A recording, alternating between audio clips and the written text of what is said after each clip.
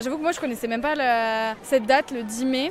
Et c'est bien comme ça de se balader dans la rue et d'en parler librement comme ça. Comme la fête du travail ou même les grandes dates qui ont marqué l'histoire, c'est important de les rappeler.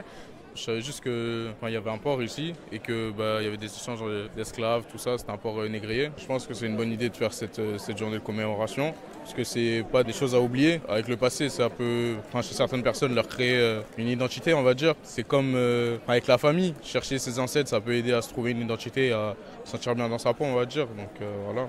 Je sais que Bordeaux faisait partie du marché triangulaire et que Bordeaux a gagné en fortune grâce à ça, grâce à l'esclavage, à cause de l'esclavage, pardon. Une fois on avait fait le petit train et dans le circuit ils expliquaient que le tourisme de Bordeaux a beaucoup été lié à ça et notamment à la place de la Bourse, qu'il y avait des ventes d'esclaves, ce genre de choses. Je n'avais pas spécialement connaissance du rôle de Bordeaux dans l'esclavage, c'est vraiment en faisant du tourisme que je l'ai découvert. Je pense que Bordeaux était un port à partir duquel étaient emmenés les esclaves vers les îles. J'ai plutôt été informé de ça par le biais de films ou de documentaires par contre.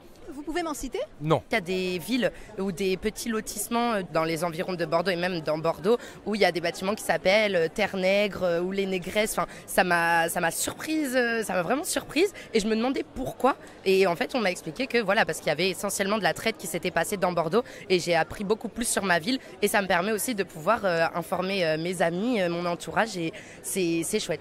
Sur les façades et dans les rues, on n'en voit pas forcément les marques, si ce n'est effectivement la richesse qu'on retrouve dans les rues, puisqu'elle vient aussi probablement de là. Il y a des endroits en tout cas dans Bordeaux qui le rappellent, mais en effet je pense qu'en tant que lycéen ou même collégien, on devrait avoir un rappel là-dessus. Alors j'ai le souvenir de parler de Bordeaux dans le cadre du commerce triangulaire en histoire, mais pas d'aller en voir les traces dans les rues par exemple. Alors qu'on a fait des sorties dans Bordeaux pour aller voir d'autres choses ou aller au cinéma. En tout cas, il y a des musées aussi d'esclavage à Nantes. À Bordeaux, je ne sais pas s'il y en a un. Je sais qu'il y a le musée d'Aquitaine, je crois, qui en parle. J'ai fait récemment un tour.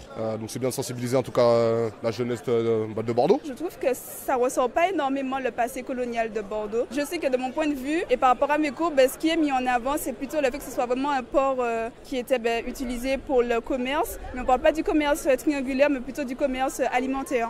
Maintenant, l'esclavage existe toujours, comme on dit nous, mais on appelle ça l'esclavage moderne. C'est-à-dire on appartient toujours aux sociétés, on n'est pas si libre que ça. La seule différence, c'est qu'on n'a pas de chaîne. On n'a plus de chaîne, on est... Ouais, voilà. Par exemple, avec le travail, on marque ça avec le travail, quand même, on est assez esclave de notre travail. On passe presque tout notre temps à travailler et on profite pas assez de nous, quand même. Il y a de l'esclavage moderne, donc il y a des gens qui travaillent pour eux énormément pour pas grand-chose. Après, il y a encore de l'esclavage dans certains pays. Je sais qu'il y a dans certains pays, il y a de l'esclavage comme à l'ancienne où ils travaillent dans les maisons pour rien. Donc quand on habite une ville comme ça, je trouve qu'on se doit de se renseigner, de s'informer sur ce qui s'est passé, comment la ville s'est formée et puis devoir de mémoire, tout simplement. Parce que c'est vrai que se développer économiquement sur ce type de commerce, c'est pas très glorieux. Dans une ville très touristique comme Bordeaux, il faut attirer les touristes. Donc attirer les touristes, c'est par des lieux de visite et des choses comme ça. Par exemple, j'ai des amis noirs et quand on parle de ça, ils veulent pas en entendre parler. Enfin, après moi j'ai une amie, elle me dit c'est complètement du passé, nous on n'est plus dans ce temps-là. Donc on n'a plus à y penser quoi. On est un peu plus libre qu'avant malgré qu'il y a encore du racisme. Mais elle m'a dit moi je veux pas en entendre parler. L'esclavage était un fléau qui est terrifiant, mais on en parle très peu. Des fois il y a des mémoires qu'on n'a pas envie de réveiller parce qu'après ça peut frustrer et dégoûter. Ça dépend des gens. Il y en a ils vont le prendre comme ça, il y en a ils vont être fiers parce que ça sera reconnu et ça sera une forme de pardon. Mais pour d'autres ils auront un dégoût, une haine parce que ça leur réveillera ce qui s'est passé à une période. Vu l'enrichissement qu'a connu la ville de Bordeaux justement par le biais de l'esclavage, il serait temps qu'ils reconnaissent justement leur rôle. En étant un port négrier, ils ont ramené aussi des cultures. Donc ce qu'ils ont fait en fait de cet héritage, comment ils s'en servent justement de cette histoire-là pour faire évoluer la ville. On reste quand même un territoire très éclectique. Vous avez des Africains, vous avez des Antillais, donc c'est très large, ça reste ouvert. Donc savoir ce que Bordeaux en fait de cette richesse-là. Il ne faut pas tout le temps rabâcher la même chose, il faut avancer, mais aussi il faut qu'on nous donne les moyens d'avancer et de passer dans cette case qui est beaucoup plus éclairée. Je pense que ce serait intéressant de faire cette maison en collaboration avec des afro-descendants qui puissent se réapproprier l'histoire d'une certaine façon et qui puissent apporter leur point de vue à eux. Parce qu'en général, l'histoire, c'est plutôt le point de vue du gagnant.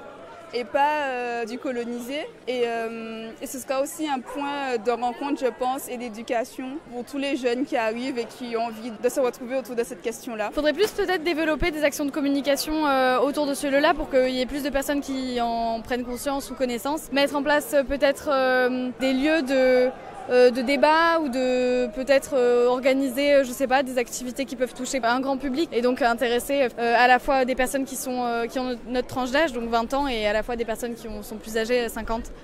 On pourrait faire un lieu de rencontre entre générations. Il y a beaucoup de monde qui ne savent pas ce que c'est que l'esclavage. Je me dis qu'on pourrait même faire un lieu de workshop, par exemple, où on pourrait parler, ou une bibliothèque avec des livres pour se renseigner, ou même un café pour rassembler les gens et qu'ils puissent parler de ce qu'ils en pensent et l'histoire.